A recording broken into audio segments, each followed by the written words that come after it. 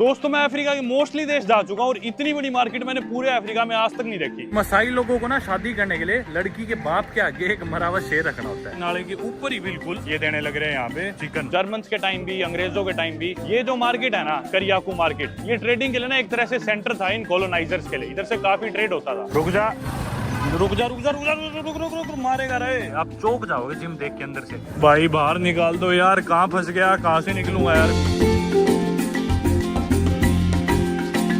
दोस्तों एक नई वीडियो में और मेरे ईस्ट अफ्रीकन ट्रिप की एक और नई कंट्री में आप सभी का फिर से स्वागत है। मैं हूं फिलहाल ईस्ट अफ्रीका की एक कंट्री तंजानिया, जिसको अगर आप मैप पे देखोगे तो जानोगे कि इसके ईस्ट में पड़ता है Indian ocean and the country shares it's borders with 8 other countries including Kenya, Uganda, Rwanda, Burundi, DRC, Zambia, Malawi and Mozambique. देश की पॉपुलेशन है 65 मिलियन यानी कि 6.5 crore, which makes it the most populous country located entirely under the equator यानी कि southern hemisphere में। आप में से काफी लोग सोच रहे होंगे कि ब्राजील की पॉपुलेशन तो 24 करोड़ है, वो होनी चाहिए सबसे पॉपुलस कंट्री तो सदर्न हेमिस्फीयर की। पर ब्राजील का कुछ पार्ट इक्वेटर के ऊपर भी आता है यानी कि नदर्न हेमिस्फीयर में। तो अगर हम सिर्फ उन कंट्रीज की बात करें जो पूरी तरह से इक्वेटर के नीचे आती है, उनमें तंजानिया सबसे पॉपुलस कंट्री है। तंजानिया देश का एरिया है 9.5 लाख स्क्वायर किलोमीटर्स और फिलहाल हम हैं तंजानिया देश की लार्जेस्ट सिटी दार एस सलाम में। जी हाँ, ये इनकी कैपिटल सिटी नहीं है, कैपिटल है डोडोमा। इसके बारे में बाद में बात करेंगे कि दार एस सलाम क्यों नहीं है कैपिटल। पहले एक ऑटो तलाशते हैं यानी कि बजाज। ये देखो, ये जो TVS के ऑटो यहाँ पे इन्हें बजाज बोला जाता है। बजाज करियाकू मार्केट। दोस्तों गर्मी इतनी हो रखी है कि मैं बता नहीं सकता। इधर फिलहाल मैं आया था फेरी की टिकट लेने के लिए। फेरी से अपन कहाँ जाएंगे वो आप वीडियो में देख ही लोगे। और फिलहाल अपन जाने लग रहे हैं करियाकू मार्केट, जो कि तंजानिया का सबसे बड़ा बाजार है दार एस सलाम सिटी में ही। एक्चुअली में दार एस सलाम ही पहले कैपिटल होती थी तंजानिया की, पर कई साल पहले डोडोमा को कैपिटल सिटी डिक्लेयर कर दिया गया था ताकि सेंट्रलाइज्ड कैपिटल हो सके। तंजानिया देश काफी बड़ा और अगर आप मैप पे देखोगे तो जानोगे कि दार एस सलाम एकदम ईस्ट कोस्ट पे पड़ता है इंडियन ओशन के साथ, और डोडोमा एकदम बीच सीक में पड़ता है कंट्री के। और डोडोमा को कैपिटल सिटी डिक्लेयर करने के बाद भी 20-22 सालों तक दार एस सलाम ही थी कैपिटल, कागजों में थी सिर्फ डोडोमा। और आज भी दार एस सलाम सेंट्रल ब्यूरोक्रेसी का एक हब है और ज्यादातर गवर्नमेंट ऑफिसेज भी यहीं पे है। इस देश का मेन पोर्ट जहाँ से 90% ट्रेड होता है इस देश का, वो भी दार एस सलाम का है। इनफैक्ट तंजानिया देश का बिजीएस्ट एयरपोर्ट भी दार एस सलाम का एयरपोर्ट है। और एक तरह से दार एस सलाम ही इस देश का इकोनॉमिक एंड ट्रेड हब है। बस जो मेन सीट ऑफ गवर्नमेंट या पार्लियामेंट है वो डोडोमा में है। इनफैक्ट तंजानिया आने से पहले मैं खुद भी कंफ्यूज था कि इनकी कैपिटल दार एस सलाम ही है, पर यहाँ पे आए बाद जब मैंने और रिसर्च करी तो ये सारी बातें पता चली। कुछ ऐसी दिखती है तंजानिया की करेंसी जिसे बोला जाता है तंजानियन शिलिंग। और मेरी इस ऑटो वाले से 5000 शिलिंग में बात हुई है। एक अमेरिकन डॉलर में लगभग 2500 शिलिंग होते हैं और एक भारतीय रुपए में लगभग 28.5 तंजानियन शिलिंग होते हैं।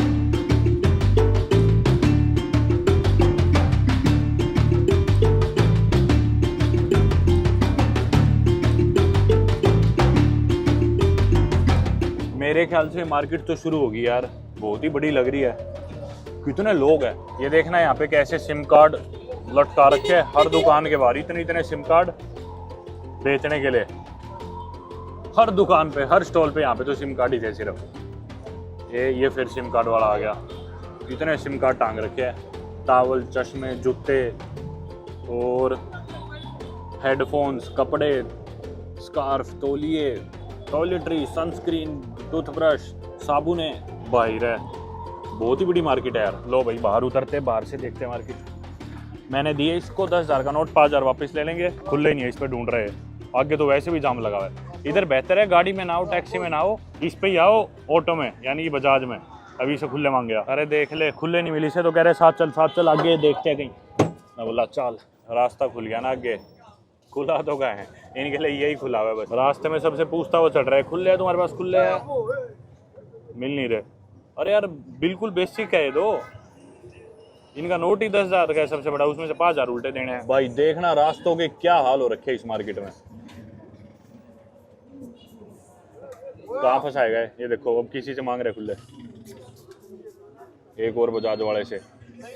हालांकि TVS है भी, बोलते बजाज ही। इसे सोमालिया देश में भी कुछ ऐसा ही हाल था, सब इसे बजाज बोलते हैं क्योंकि बजाज ने पहले शायद शुरू में लाने करे थे अफ्रीका में स्टार्ट ये ऑटो रिक्शा, टुक टुक, बजाज कुछ कह लो। अरे लो मेरे पास ही मिल गए, मैं ही देता हूँ इसे खुले।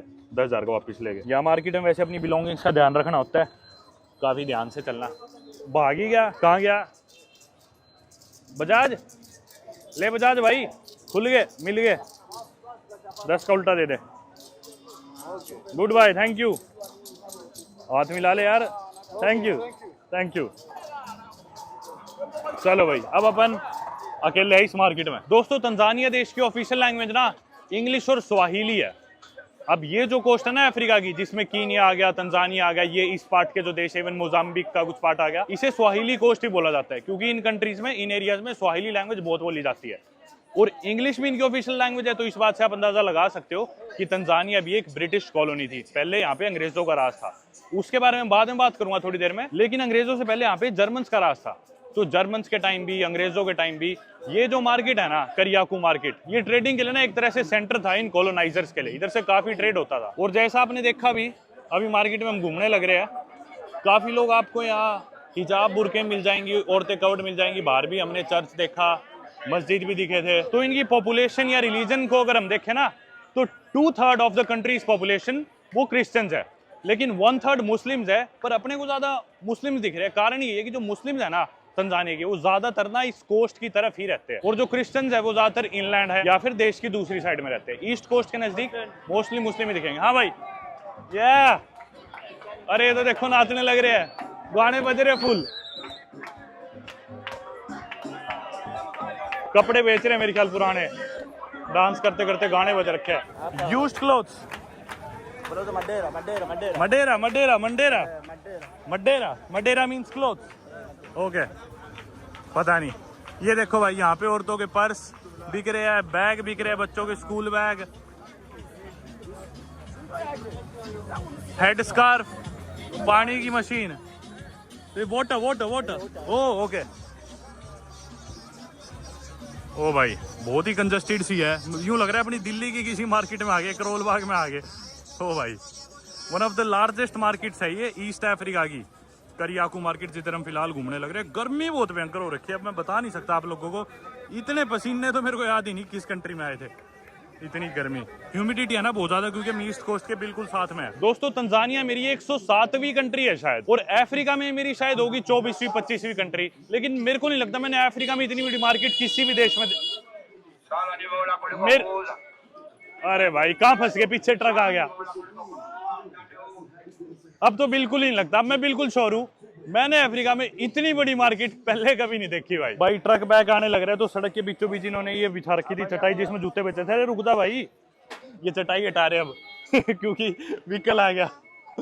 ओ भाई सड़क के बीचों बीच ये इसके थप्पड़ मार रहे ट्रक वाले, ले आ ले आ ले आ, वो बोल रहा रोक। भाई मैं तो इस भूल भुलैया वाली मार्केट में खो ही जाऊंगा। देखो मिक्सर, मग और कटलरी वगैरह, यहाँ पे जूते जो कि सेकंड हैंड है, एक आधे शायद नहीं भी थे, चाइना से आते होंगे सारे।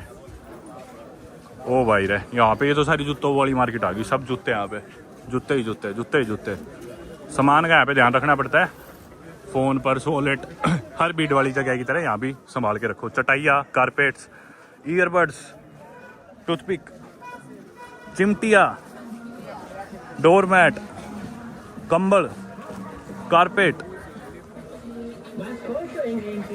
ओ भाई कहाँ फंस गए, बाहर निकलो। सिर पे ठंडा पानी, चिल्ड पानी रख के जाने लग रहा है इंसान, साथ में ये इनकी कोल्ड ड्रिंक्स वगैरह भी।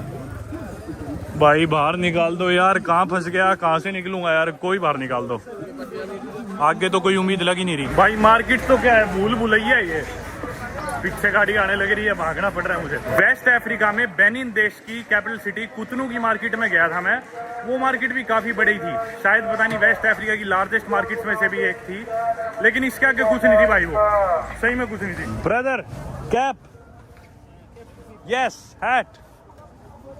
यार ये तो सारी वो कर दी तूने, वो जो अमीर अमीर औरतें होती है बुढ़ी उम्र वाली, वो पहनती है। तो for boys, for men, good cap, yeah, like hat also. This is for women, this is for ladies. Give me something for men. This one, can I check it out? How much for this cap? 12,000 shillings. Oh my god, $5 हो गए तो। This is green like ranger, like safari tour guide. यार, oh, this is like circus man with the Tanzanian flag. How much for this? 8,000. And this one? Yankees, 12 again. Thank you so much. लो भाई, मेरे ख्याल से life में मैंने दूसरी टोपी खरीदी होगी। एक टोपी खरीदी थी मैक्सिको में, पोर्तो एस्कंदिडो में, पर पहनी नहीं कभी, वो खरीद के रख दी थी। एक टोपी खरीदी थी गाम्बिया के बीच पे भी, वो एक हैट सी खरीदी थी। ये तीसरी खरीदी है। थोड़ी देर तो काम देगी, पता है, मैं बाद में तो पहनूंगा नहीं, एक बार तो पहन ही लेते हैं। Also bro, how can I get out of this market? I need to go out, it's too big. या this way, that way, This way. It depends where you want to go. close to the city center. City center. Yeah, that way. That way, yes. How many minutes of walk from here? Like 10 or 20. 10 or 20 minutes. Okay, I'll try my best. Thank you. Oh, you're welcome. Thank you. चलो, कह रहे हैं यहाँ से 10 से 20 minute चलो तो ये वाली साइड जाएगी सिटी सेंटर की तरफ। मैं पूरी जिंदगी ये सोचता था यार, लोग टोपी क्यों पहनते हैं। आज मेरे को रियलाइज हो रहा है टोपी के फायदे। दुकान वाला ही बोल रहा 10 मिनट या 20 मिनट, या तो बोल 10 मिनट या 12 मिनट। 10 और 20 का क्या हिसाब है? समझ गया मैं, ये हिसाब है। अगर ये ना आगे तो 10 मिनट, ये आते रहे तो फिर 20 मिनट। सही कह रहा था वो। यार पैदल चलने के लिए भी ट्रैफिक जाम है, इतनी देर से खड़ा हूँ, वेट, ट्रैफिक जाम। ये ले लो भाई जूतिया, मेरू, मेड इन चाइना। ये अच्छे लग रहे हैं, ये अच्छी लगेगी। अरे हट जा मेरे यार, घंटे हो गए 3। यार ये ऐसे तो नहीं निकल सकते बाहर यहाँ से, बताना यार कैसे निकल जाऊंगा यहाँ से बाहर में। अरे भाई रुक जा रुक जा रुक जा, देख, अच्छा मेंटल है। ए, हाँ मेंटल भाई। हाँ ये रास्ता ब्लॉक्ड है, ठीक है, इधर से जा ही नहीं जा सकता। बाई चांस ट्रक चल पड़ा तो मेरी टांग टूट जाएगी, ठीक है। इधर से ये रास्ता बंद है। फोन इतना गर्म हो गया कि रिकॉर्ड नहीं कर रहा, बार बार कैमरा बंद होने लग रहा है। और थोड़ी सी आगे चलते ही नाले के ऊपर ही बिल्कुल ये देने लग रहे हैं यहाँ पे चिकन। देखो ग्रिल कर रहे हैं नाले के ऊपर ही, मान लो, साथ में नाले की गंदगी का फ्लेवर है इस पे। जो भी तरह के मांस है, चिकन ही है तो। और यहाँ पे अंडे उंडे की चीजें बना रहे हैं, मतलब बिल्कुल नाले के ऊपर ही पकाने लग रहे हैं यार। यहाँ पे भाई ब्रेड बेच रहे हैं तरह तरह की। Know just watching. सॉस भी नीचे। यहाँ पे भाई बेच रहे हैं गन्ना, sugar cane. How much? 1000 for 1। गन्ना था 1000 शिलिंग का, यानी कि भारतीय 40 रुपए। ये है नारियल। Coconut how much? Wait wait wait, water this is 1000। Yes. Oh, do you have a straw? How would I drink it? I don't have a straw. Okay, I'll drink it directly. Okay, give me one. But do you have change? I have 10,000. Do you have change? Could you get change then? 40 का ये नारियल, ये तो ठीक है यार। आम वाले के पास खुले। Mango, mango how much? 1000 for 1 mango. सस्ता है, 40 रुपए का यहाँ में इतना बड़ा। Here you go. Keep the old note. Why did you pick the new one? Give me the new one. खुद बेटा नया नोट रख रहा है, मेरे को पुराना दे रहा है। 5000 दे दिया मैंने इसको, मेरे को इससे लेने हैं वापस 4000। भाई नारियल खाने ही लगा था, इतने में सड़क पे गाड़ी आएगी, अभी इन्हें साइड में हटानी पड़ रही है स्टॉल। अरे यार है इधर भी वही नारे वाला काम यार, ये मैंने ध्यान नहीं दिया, मेरे को लगा इधर नारा नहीं है।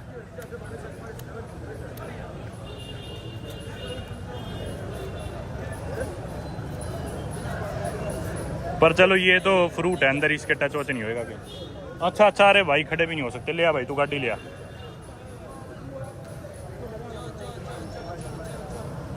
भाई पैर पे ना चढ़ा दिए। अरे यार गलती, रुक गए, जल्दी कर दे मित्र।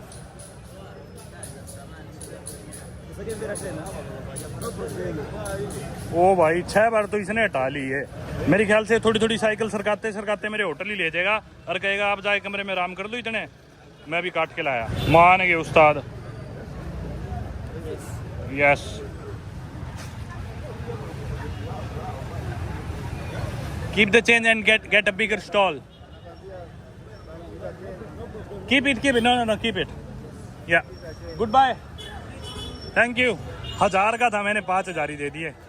मखा काचे काट। रुक जा रुक जा रुक जा रुक जा रुक रुक रुक, मारेगा रे। ओ भाई किसी तरह चल के बाहर शिकायत हूँ। फोन इतना गर्म हो गया था, रिकॉर्ड करना बंद कर गया था। इस बजाज में तो लोग बैठे हैं। ये क्या है? बस है बजाज। इसमें सवारी बैठी है, नाट गया। एक ही ऑटो खड़ा है खाली, शायद बजाज। यू वांना गो? बोला कहाँ चल रहा है? मैं बोला कहीं छोड़ दे भाई, तेरे शहर के सबसे बढ़िया एरिया में ले जा, इधर से मेरे को बाहर निकलवा दे।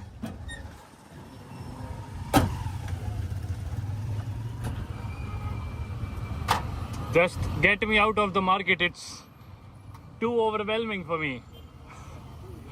So many people in the market. Take me far away. मैं बोला भाई जहाँ तेरा जी करे ना वहाँ ले चल मुझे और उतार दे, इधर से दूर ले चल। लेकिन फिर ऐसी ऐसी गाड़ी हो जाती है बीच में, बिल्कुल काले शीशे, लग्जरी में एसी चला के। मैं सोचता हूँ यार वैसे तो कितनी मौज हो रही है इन गाड़ी वालों की भी। वैसे मैं चाहूँ तो मैं भी इजीली अभी लाइफ जी सकता हूँ, लग्जरी वाली, आराम से घूमो, सिर्फ रिजॉर्ट्स में रुको और गाड़ी ड्राइवर के साथ बाहर निकलो हर देश में, जिस हिसाब से मेरी आजकल कमाई होती है। लेकिन ये जो मजे है ना, जो धक्के में अभी खा रहा हूँ गर्मी में, धूप में, कभी कहीं घुस गया, कभी कहीं चला गया, ऑटो वाले को कह दिया जहाँ तेरा मन करे वहीं छोड़ दे, ये सब मुझे बुढ़ापे में नहीं कर सकता। कर सकते लेकिन बहुत रिस्की हो जाएगा, ना हेल्थ के लिए ठीक होगा ना सेफ्टी के लिए, और कितनी रिस्पॉन्सिबिलिटीज होगी यार बड़ी उम्र में, परिवार की और सारी चीज। तो जवानी में जितने धक्के खास कर ना भाई खा लो।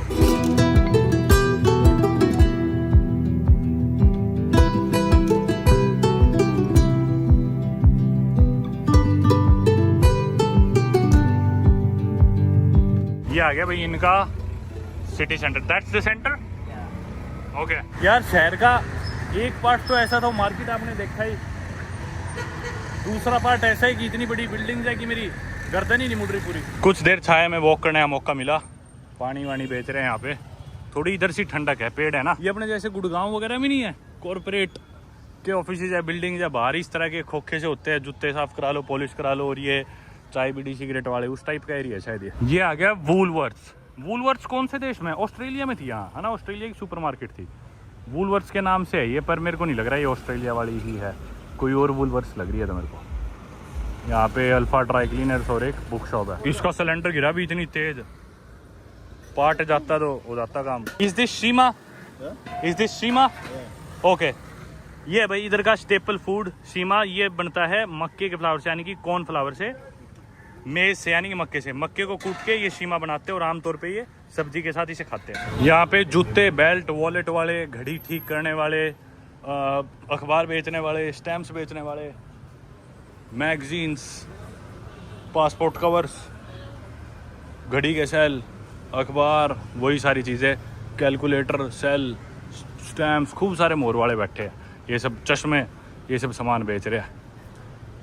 फिर से स्टैम्प वाला आ गया, ये बेच रहे हैं ब्रेसलेट, पर बेच कौन रहा है, कोई है ही नहीं। मैंने पिछली वीडियोस में भी कई बार कहा है, दोबारा कहूँगा कि इस पार्ट ऑफ अफ्रीका की सबसे बढ़िया चीज़ ही मुझे ये लगती है कि यहाँ पे लोग अंग्रेजी जानते हैं, तो अपन इनसे बात कर सकते हैं, इंटरेक्ट कर सकते हैं, तो घूमने में थोड़ा ज़्यादा मज़ा आता है। और थोड़े से ना, जिन देशों में इंग्लिश बोली जाती है, इंग्लिश कॉलोनीज जो देश रहे हैं, वो आमतौर पर थोड़े चिल होते हैं, रिलैक्सड होते हैं। फ्रेंच वाले बहुत एग्रेसिव होते हैं आमतौर पर। ये देखो ये गाड़ी खड़ी बढ़िया लग रही है, यहाँ पे मक्का बेच रहा है, कोई आम बेच रहा है, कोई कुछ। पास में बीच भी है, लेकिन मैंने सुना है कि बीच में ना काफ़ी भीड़ होती है, पानी इतना साफ वाफ नहीं होता, तो अगर आप पूल में या गर्मी में तैरना चाहते हो तो मेरी हॉस्टल की जो रिसेप्शनिस्ट थी उसने मेरे को बताया था कि गोल्डन ट्यूलिप करके है एक रिजॉर्ट सा, होटल ही है ये, तो बोल रही थी आप इसमें जा सकते हो और इनका पूल एक्सेस कर सकते हो। पता नहीं $15 या $20 कुछ ऐसा बताया था उसने, शायद $15 था। तो ये वो गोल्डन ट्यूलिप मेरे को दिख भी गया कुदरती यहीं पे सैर करते हुए। अब क्या करें यार, अपन अभी कोई टैक्सी तलाशते हैं। ऑफलाइन टैक्सी लेने की बजाय मैंने ऊबर ही बुक करा ली। यहाँ पे तंजानिया में दार ए सलाम सिटी में ऊबर और वोल्ट दोनों चलती है, लेकिन परेशानी क्या है कि ना कोई भी आपके कार्ड से पेमेंट एक्सेप्ट नहीं करेगा। आपकी जब राइड बुक हो जाएगी तो ड्राइवर मैसेज करेगा कि आपकी पेमेंट कैश है कार्ड से है। अगर आप बोलोगे कार्ड से तो आपको बोलेंगे कैंसिल कर दो, अगर आप कैंसिल नहीं करोगे तो आएगा ही नहीं कभी भी। और क्या बताओ, आपका ट्रिप भी शुरू कर दे, जैसे कि 2 दिन पहले मेरे साथ हुआ था जब मैं इस कंट्री में आया था। एयरपोर्ट पे 3-4 दिनों से बात हुई, आई नहीं रहे और मेरा ट्रिप खुद से शुरू कर दिया, मजबूरन फिर मुझे ही कैंसिल करना पड़ा। इसी वजह से मैंने कैश निकलवा के रख लिया था। तंजानिया में आप कैश अपने पास जरूर रखो। तो राइड बुक होते ही उन्हें मैसेज करना पड़ता है, भाई मेरा कैश का ट्रिप है, आ जाओ जल्दी लेने। और मोस्ट केसेज में तो गाड़ी भी दूसरी मिलती है, जो ऊबर ऐप पे गाड़ी दिख रही होती है उसकी बजाय कोई और ही नंबर प्लेट की गाड़ी आती है। और यूं भी होता है कि जब वो आपके पास आ जाएगा वो ट्रिप ही कैंसिल कर देगा और आपको बोलेगा भाई ऊबर की ऐप से मत चलो, मेरे को सीधा पैसे दे देना। बहुत ट्रिकी है यहाँ पे ना टैक्सीज करना। लो भाई इधर आके बैठ गए, थैंक यू सो मच। भाई मैं सामने बैठा था तो इसके गार्ड आया होटल का, बोला कि ना अपने फ़ोन का ध्यान रखो, यहाँ मत बैठो। फिर मैं बोला चिंता ना कर, ठीक है और धन्यवाद, आपने मतलब इतना ध्यान रखा मेरा। फिर बोला आप ऐसा करो मेरी कुर्सी पे आके बैठो, इधर आओ। मैं बोला ना मैं बैठा हूँ, ठीक 2 मिनट में आ जाएगी मेरी टैक्सी। बोला ना इधर बैठो आप, आओ। फिर मैं चलो ठीक है जैसा आपको। भाई परसों जूते धुलवाए थे, यहाँ पे तो जूते साफ रहते ही नहीं है। अफ्रीका में मलावी में धुलवाए थे, दोबारा सारे पीले हो गए 2 दिन के अंदर। ये है अपनी गाड़ी, देखो ऐप में कुछ और नंबर था और उसने मुझे मैसेज करा कि मैं इस गाड़ी में आऊँगा जिसके एंड में नंबर होएगा EFP। तो आज मेरी यहाँ से फेरी है दार सलाम से ज़ांज़ीबार की। और ज़ांज़ीबार क्या है, तंजानिया क्या है, दार सलाम क्या है, ये सब चीज़ें ना समझनी बहुत ज़रूरी है इस देश को जानने के लिए। तो एक बारी आप क्या करो, तंजानिया शब्द को ही भूल जाओ। जो मॉडर्न डे तंजानिया है ना, इसे पहले बोला जाता था तंगानिका, राइट? तंगानिका बोला जाता था इसे पहले। और ज़ांज़ीबार एक अलग एरिया था, ज़ांज़ीबार तंजानिया का पार्ट नहीं था। लेकिन मॉडर्न डे तंजानिया को समझने के लिए आप देखो कि एक है तंगनीका और उसके बराबर में है एक चेन ऑफ आइलैंड्स ज़ांज़ीबार। और जैसा मैंने कुछ देर पहले बताया कि तंगनीका यानी कि मैंने तंजानिया बताया था आपको, लेकिन एक्चुअल में तंगनीका एक ब्रिटिश कॉलोनी थी। ज़ांज़ीबार भी थी, मतलब ये इलाका, लेकिन एक कंट्री नहीं थी। ये तंगनीका और ज़ांज़ीबार ये अलग अलग स्टेट्स थी और इसी कारण यहाँ पे इंग्लिश भी बोली जाती है। तो फाइनली 9 दिसंबर 1961 को तंगनीका एरिया को आज़ादी मिली थी ब्रिटिश से।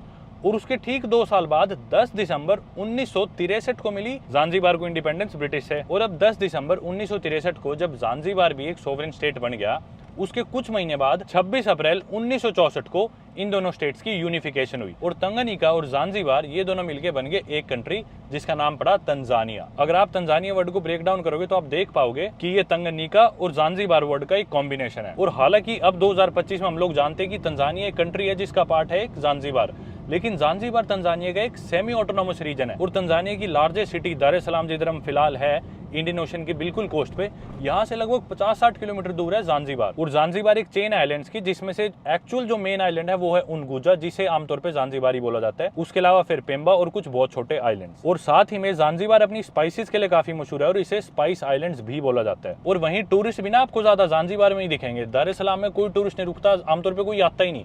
यहाँ पे 1-2 ही हॉस्टल थे और इतने मेरे कोई टूरिस्ट देखने को ही नहीं मिले।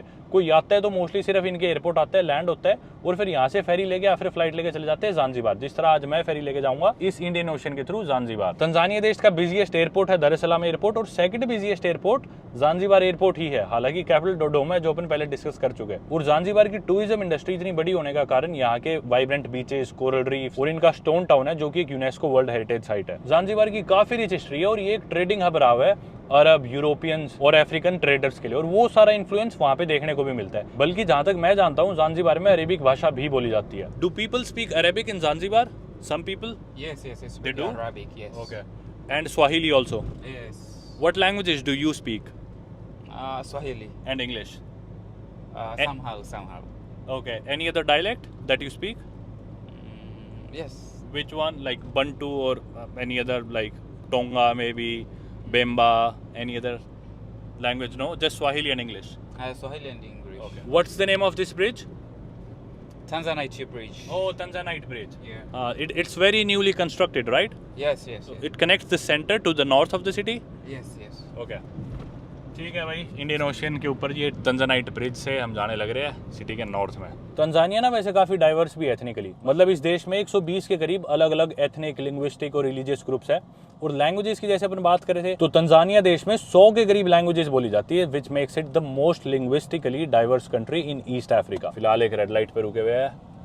जब मैं आया था जिस दिन एयरपोर्ट से, उस दिन भी इस रेड लाइट पे काफ़ी टाइम लगा था और यहाँ पे काफ़ी लोग भीख मांगने भी आए थे, पर आज नहीं आए। इस गाड़ी के शीशे बिल्कुल काले करा रखे, इसमें कुछ नहीं दिखता।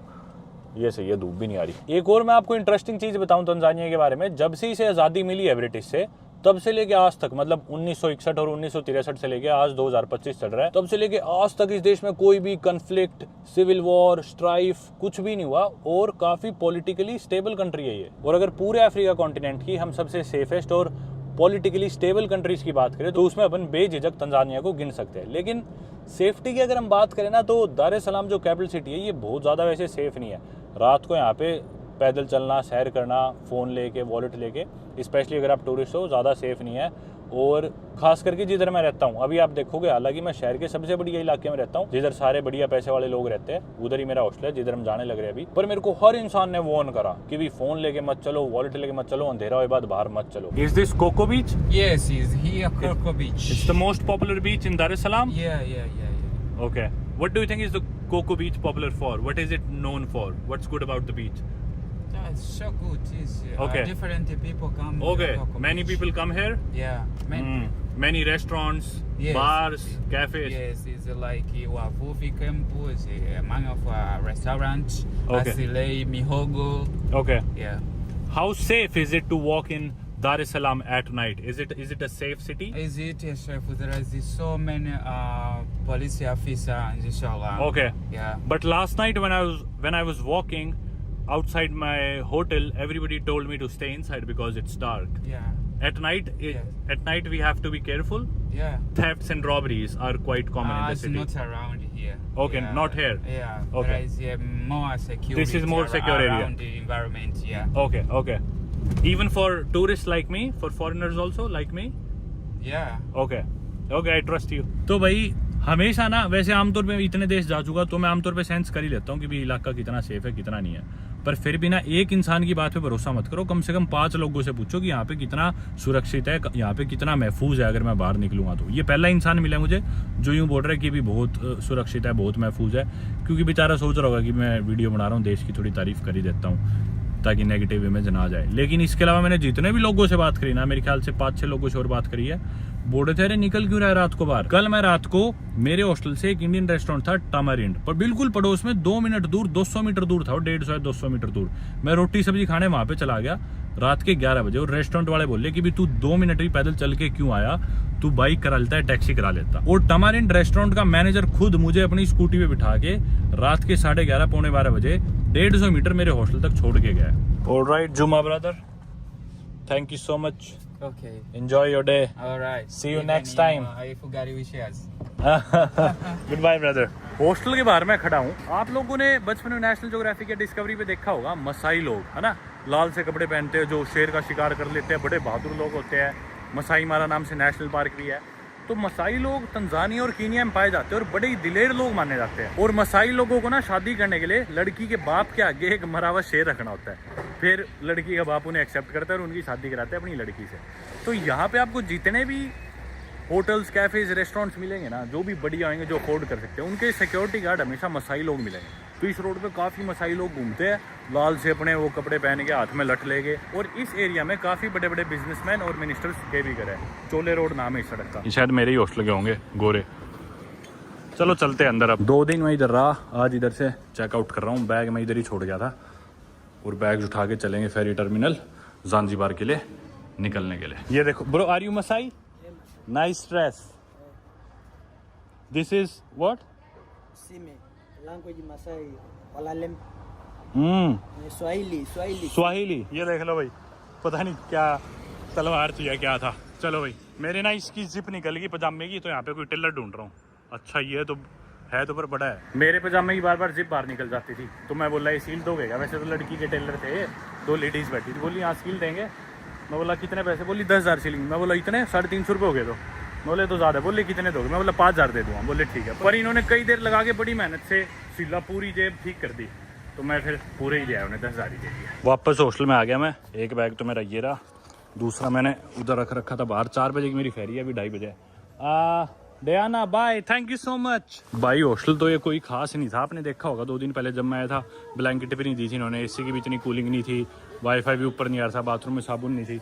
पर ये जो इसकी मैनेजर थी ना डयाना, ओ भाई कितनी स्वीट लड़की थी यार। इसने मेरी इतनी मदद करी, सारी चीज़ें सजेस्ट करी, गाइड करा। बैग उठा लूँ इधर से अपना दूसरा तो, पर ना इस वजह से फिर हॉस्टल अच्छा ही था एट दी एंड, सिर्फ इस मैनेजर की वजह से, डयाना की वजह से। तो अभी उसे गुड बाय बोल रहा है मैंने। चलते हैं अभी। Goodbye bye, see you, thank you so much. बाहर आ गया अपना ऑटो। 2:35 है, 1.25 घंटा है अपने पास। फेरी टर्मिनल भी यहाँ से आधा घंटा दूर है, तो 1 घंटा है इतने जिम पहुँचते। हालांकि जिम नज़दीक ही है यहाँ से, पर बैग थे मेरे पास, मैंने सोचा ऑटो ही करा लूँ। ये आ गया जिम अपना। और अभी आप देखोगे नज़ारे जिम के, आप चौंक जाओगे जिम देख के अंदर से। कल भी आया था मैं इधर लेग्स ट्रेन करने के लिए और थोड़ी पंचिंग और किक्स करने के लिए। ऑटो के लगे मेरे 2,000 शिलिंग, यानी कि अपने भारतीय 70 रुपये। ऊबर वगैरह सस्ती है यहाँ पे, कहीं भी दानो ना 9-10 हज़ार से ज़्यादा तो लगते ही नहीं। 10,000 तो मैक्सिमम लगते, 300, 350, 400 रुपये तो बिल्कुल मैक्सिमम दूर जानो।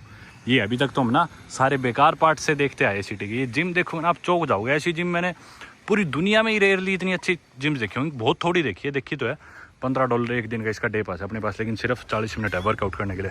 2:45 हो गए। ये है दोस्तों जिम, है ना गजब की।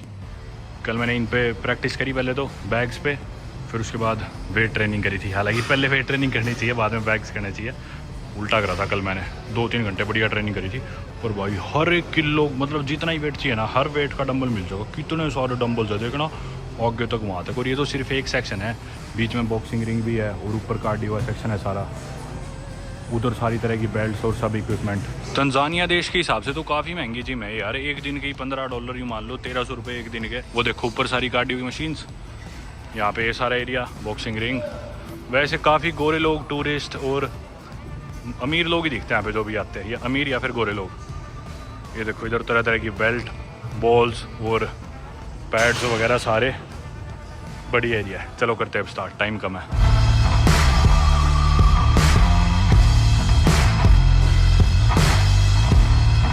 Thank you so much. चलो भाई, चलो चलो चलो चलो, लेट हो गए, 3:40 हो गए। ऊबर लास्ट सेट करते ही मैंने ऑर्डर कर दी थी लास्ट एक्सरसाइज में। वैसे तो पसीने में भर रखा हूँ, तौलिया भी था, सोचा था नहा लूँगा टाइम बचेगा तो, पर कहाँ बचना था टाइम। एक तो मैंने फ्रूट स्मूदी बनवा ली थी, उसके बाद एक ये प्रोटीन शेक भी बनवा लिया, जिम से ही साथ लेकर चल पड़ा। मेरी टैक्सी का ड्राइवर ही बोल रहा कि इनसे सावधान रहना, इनसे बच के रहना, अपना बैग ध्यान से उतारना। Don't worry, I am from India, I can drive everything. भाई पीछा ही नहीं छोड़ रहे, कभी कोई देखते ही ऐसे चिपक गए। वो दिख रहा है आपको सामने Zanzibar. Bro just leave me alone please, leave me alone. बोले अपना पासपोर्ट दो, टिकट दो, क्योंकि ये पासपोर्ट रख लेंगे फिर बोलेंगे पैसे दो। अरे यार किस बात की इतनी हाइप बना रखी है ज़ांज़ीबार की, मेरे तो ये समझ में नहीं आने लग रहा है।